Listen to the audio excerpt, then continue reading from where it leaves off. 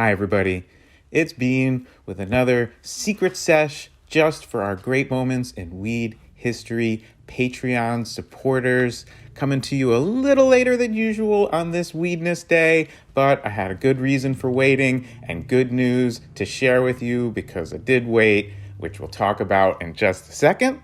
I definitely want this to be a sesh from the start, but I'm staying in an Airbnb right now. Not allowed to get blazed here. Definitely not going to pay the fine. So got a little 1-to-1 weed chocolate. I am actually in Washington State right now. So let's sesh together. If you don't have anything to chew on or to roll up or anything ready to blaze, of course, you can hit pause. But like I said, these secret sessions are a little informal, chance for us to just chill. So if you want to just keep it rolling while you roll one up, that's fine too. This is our little special time together. So let's get high and let's talk.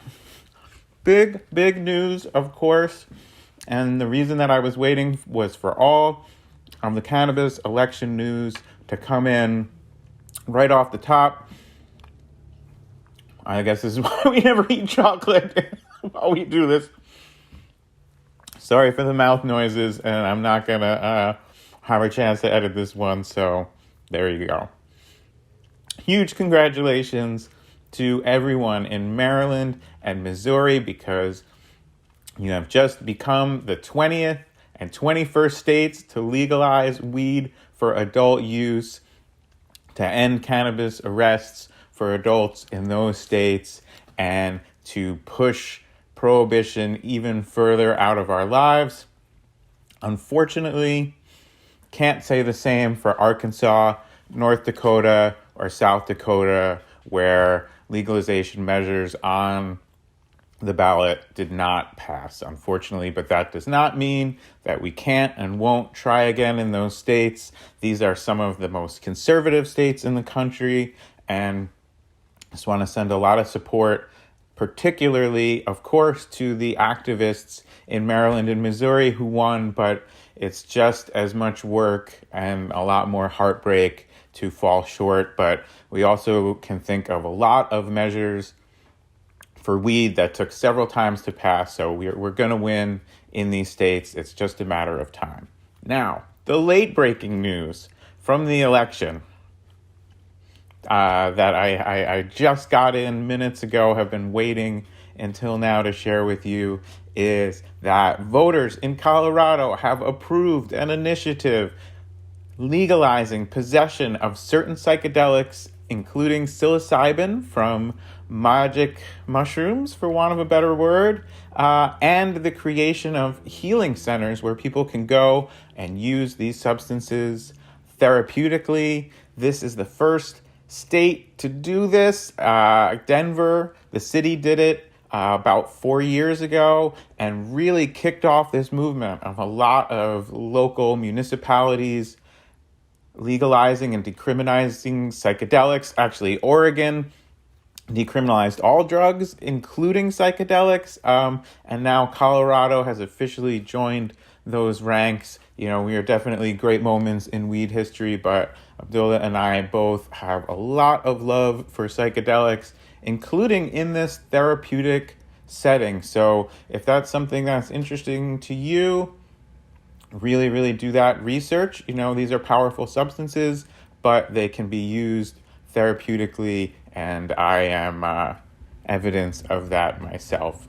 Something that's been really helpful to me in my life, even including in the last just couple of years. So to see this movement to end the prohibition on psychedelics, and particularly mushrooms, makes me really happy.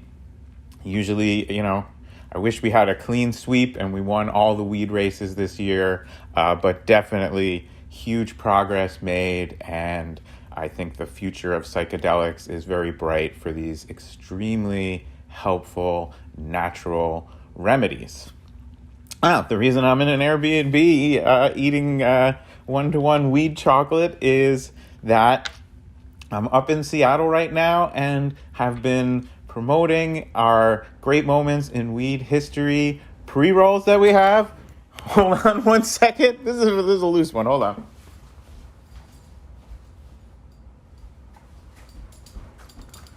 I know you've all probably seen them before on other secret sessions, but just wanted to hold these up. Have been in town a couple of days meeting with the people from Saints Joints who have put this all together with us, brought in some of the best growers in Washington State, small family farms, outdoor organic fire weed. Anytime you get to meet a bunch of growers, that is fantastic. And also got to go around and visit dispensaries that are carrying the pre-rolls, hearing that people are really digging them. And two things have been really, really satisfying. One, a bunch of people who say, oh, I enjoy the podcast and now have a chance to get high on history, literally. But also people who are just walking into dispensaries, seeing the packaging.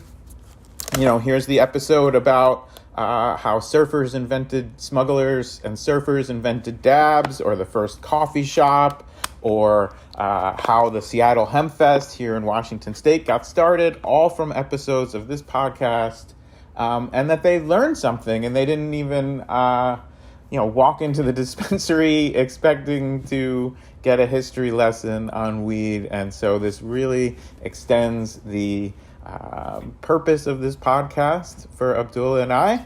He is, of course, still, say it with me, on hiatus, but he sends his love, and we're hoping and expecting to have him back here soon. Until then, I hope you're cool chilling with me, having our secret sessions, and checking in. And I just also want to give a shout out to the team at Evergreen Herbal, who is all a part of making these pre-rolls happen. It's been super fun, and got to get really, really blazed last night and play ping pong and play pinball.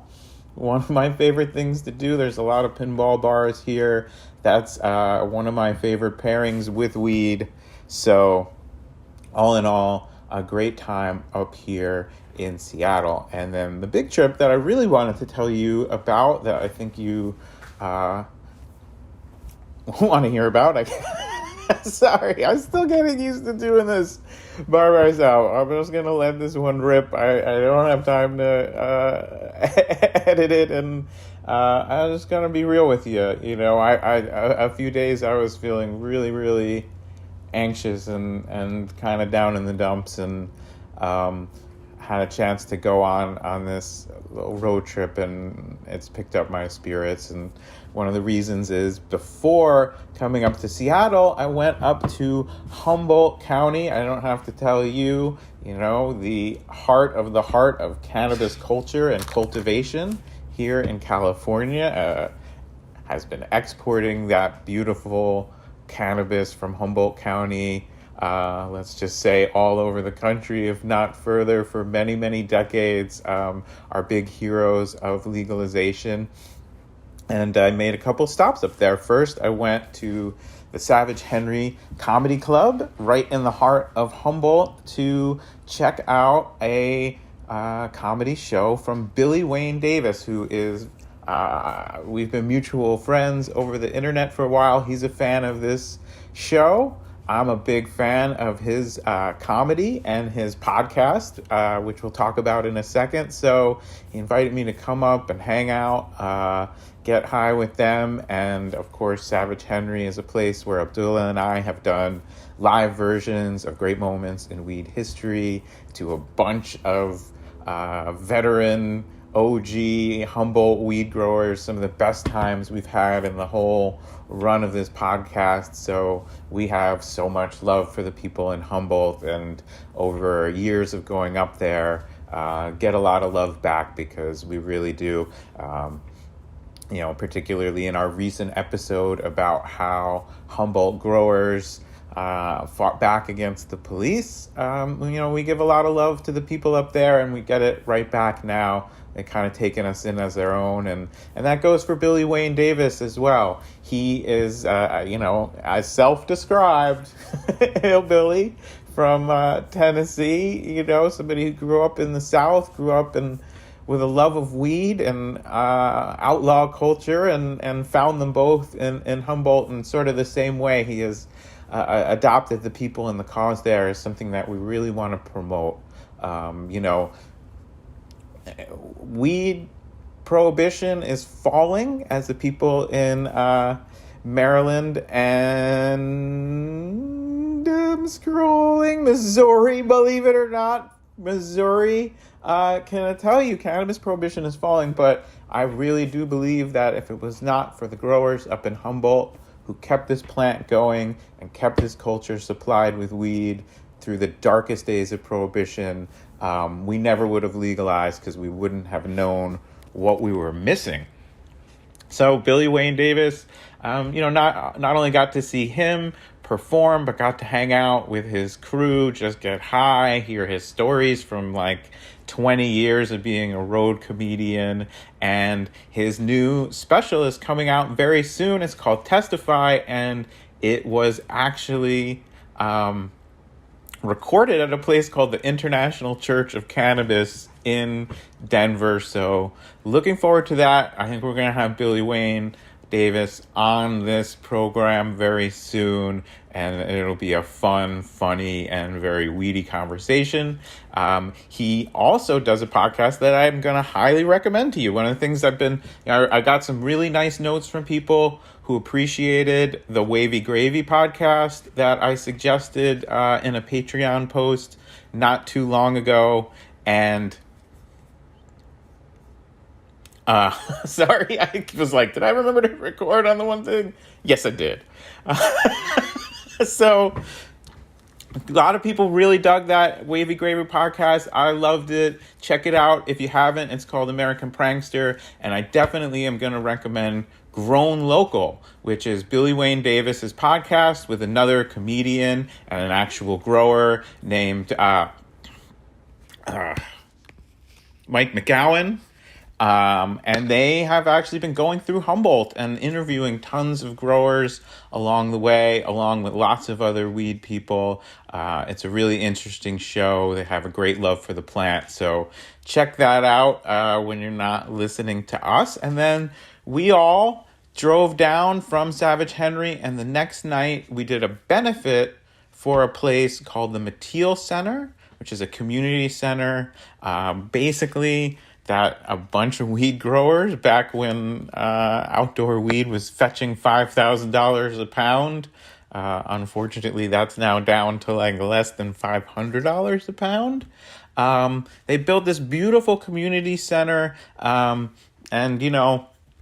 as much as it is the best of times with the prohibition going away and these arrests ending, it can be the worst of times. There's some really tough times for the growers there and for the community that supports and relies on that economy. So we wanted to give something back, and Billy Wayne asked me to participate in this live fundraising event, which was also broadcast on K-Mud Radio.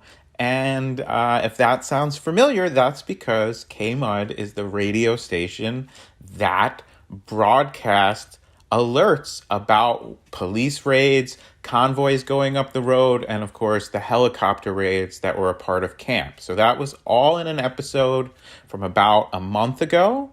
The episode title is How Humboldt Growers Foiled the Police. And what I contributed to this fundraiser was putting together a panel that included Agnes Patak, the woman that we interviewed on that episode, about her experiences as an early grower in Humboldt, and also somebody who was one of the founders of this movement to monitor the police, to record their civil rights violations, and most importantly, in following the police around and monitoring them in a completely non-confrontational way, they would then send reports to K-Mud, also founded basically for this purpose, to be the voice of this weed community and to protect this weed community. So, you'd be up on your farm, tending to your plants or trimming some weed, way out in the remote hillside, and everyone would listen to K-Mud at all times, always have it on. They might be playing like live Grateful Dead show. They might be having a news program.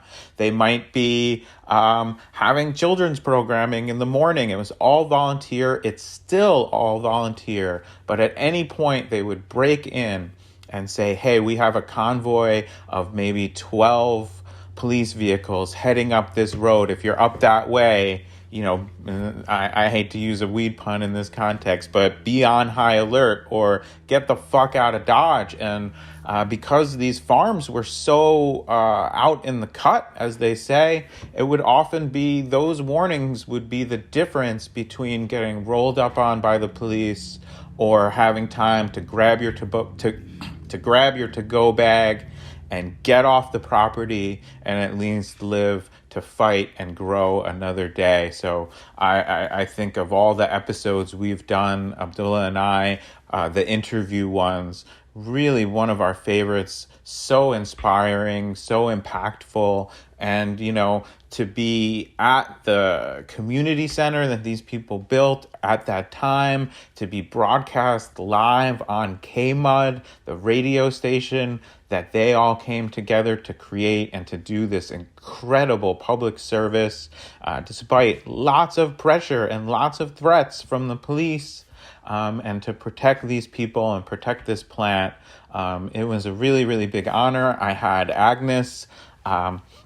So before an evening of great comedy with Billy Wayne Davis and his crew, I did a panel with Agnes and her daughter Sunshine, who is a major figure up in Humboldt now, a second-generation grower. She's got a licensed Humboldt is her cannabis farm and label, and a few other people who were instrumental part of starting K-Mud Radio. And we just did a live panel and we talked about those days, the high points and the low points, what it was like to live under the pressure and even the reality of those raids, but also how it just brought the community together in a spirit of mutual support and civil disobedience and rebelling against these unjust authorities, but also really celebrating life. They told us about some of the amazing concerts and performers that played at this little community center that they built up in the woods. And I gotta say, had a fair bit of FOMO. It was an emotional panel. I did record it, so I'm going to share it with you all somewhere down the line as a little standalone treat. But if you heard the episode with Agnes, I'm sure you know how special that was to share the stage with her and people involved in that movement. And if you haven't heard that episode, I really recommend it as one of my favorites. Then we had a screening of a documentary called Tending the Garden that is all about regenerative cannabis farming, and it focused on a few different farms up in Humboldt who are doing it right. And so the way they describe it is there's industrial farming, which pulls out and extracts everything from the soil and from the land and leaves it in unfortunately really degraded condition after trying to grow these crops, whatever it is, not just cannabis, but of course so much of the food that we grow in this country. Then there's sustainable agriculture, where we say, well, we're not going to damage the land, we're going to keep it the same and grow our crops. Well, regenerative agriculture really is about giving back even more to the land than we take. And this documentary, Tending the Garden, which is just, kind of premiering now, and I'm sure will be available online at some point, tells that story and shows what these farms look like, and you get to meet the farmers themselves, see all the love that they put into growing cannabis and tending to their farms and to the land. And I think it's a very, very powerful film. I think that when people see cannabis grown this way, that's what they're going to want. You know, they're not going to want something just because it's got a fancy label and packaging, or some celebrity says it's the best weed, or it's got the highest THC rating based on going to some oftentimes shady lab that's going to put their thumb on the scale. They're going to want cannabis that's grown with heart and with love, and that returns that heart and love to the plant and to the community and to the land. And so I want to give a big shout out to my friend Claire, who directed the film, a huge labor of love, somebody that I met at the Wham Garden when we were both volunteering there many years ago. And if you haven't checked out our episode about Wham, it's called Wham Takes Down the DEA. And that may be certainly the most personal episode of the podcast for me. People who I've volunteered with and who, as the title implies, took down the DEA, but along the way helped so many people who couldn't otherwise afford medical cannabis, terminally and chronically ill people. So big shout out to Claire. I think she made an important movie. People in the room really reacted to it.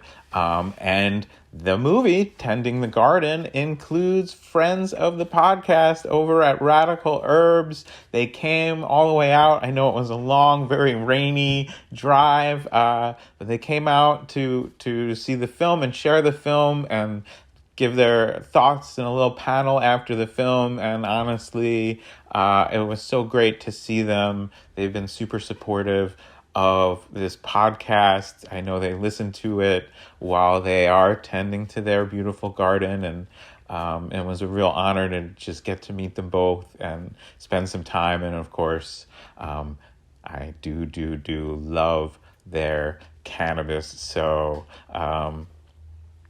just all in all, a really special night. And I guess what I can say to all of you who support this show on Patreon, I hope this comes across the way I intend it. Like,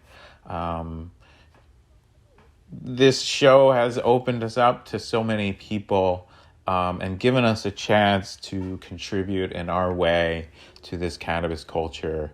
And that really came home to me again on this trip to Humboldt, as it often does. And we could not do this without you. Not just financially, but honestly, spiritually, like the support we... Not going to cry. Maybe I will. The support we get from you all just lets us know that this lands with people, that this show means something to you. And, you know, when times seem dark otherwise, that's a thing that I can fall back on and feel like I'm doing my part, and there's people out in the world who will have our backs when we need it. And everyone who came out to the Mateel Center, everybody who listened at home on K-Mud, probably trimming their crop and staying home on it was such a rainy night that we were real worried about. We were, me and Billy and the comedians stayed in a Airbnb way down by the beach on this crazy windy road, and I could say it was about a 40-minute drive after the show, and 4 comedians didn't say a single word or make a single sound, so you can tell that we were white-knuckling this rainy, dark road. But all in all, just one of the best nights in recent memory for me. Super inspiring, and just one of so many cool things that we've gotten to do because of this podcast, and we couldn't do it without you. So I trying to figure out how to make these secret sessions feel like really being in the room with y'all and speaking from the heart. And we're gonna be back next weed on Weedness Day with another classic great moments in weed history story. That's honestly where I think the most comfortable, is telling other people's stories and sharing them. And of course, really looking forward to Abdullah coming back soon and resuming doing this as a dynamic duo. But for now, thank you so much. Even just a quick little note to tell me, when you tell me that you dig these secret sessions, it means a lot to me, and helps me get over the weird feeling of sitting in an Airbnb by myself, talking into a computer. So to wrap it all up, some big wins for cannabis in this election cycle, some inspiration to keep fighting in a few other states and to keep pushing this prohibition out of our lives. And maybe the biggest story of the night in our world is this Colorado psychedelic amendment passing by the voters there. So a lot of history to get high on right now. I'm going to spare you the mouth noises, but we can sesh again at the end. I've got my little Washington State weed chocolate right here. I can't wait to share some of this good news with you. I'm going to put this episode up as soon as I'm done recording it. Like I said, no edits in this one. Much love to you all. Thank you so much for your support, and we will get high on history again on the next Weedness Day. Until then, thanks for sharing this secret sesh with me.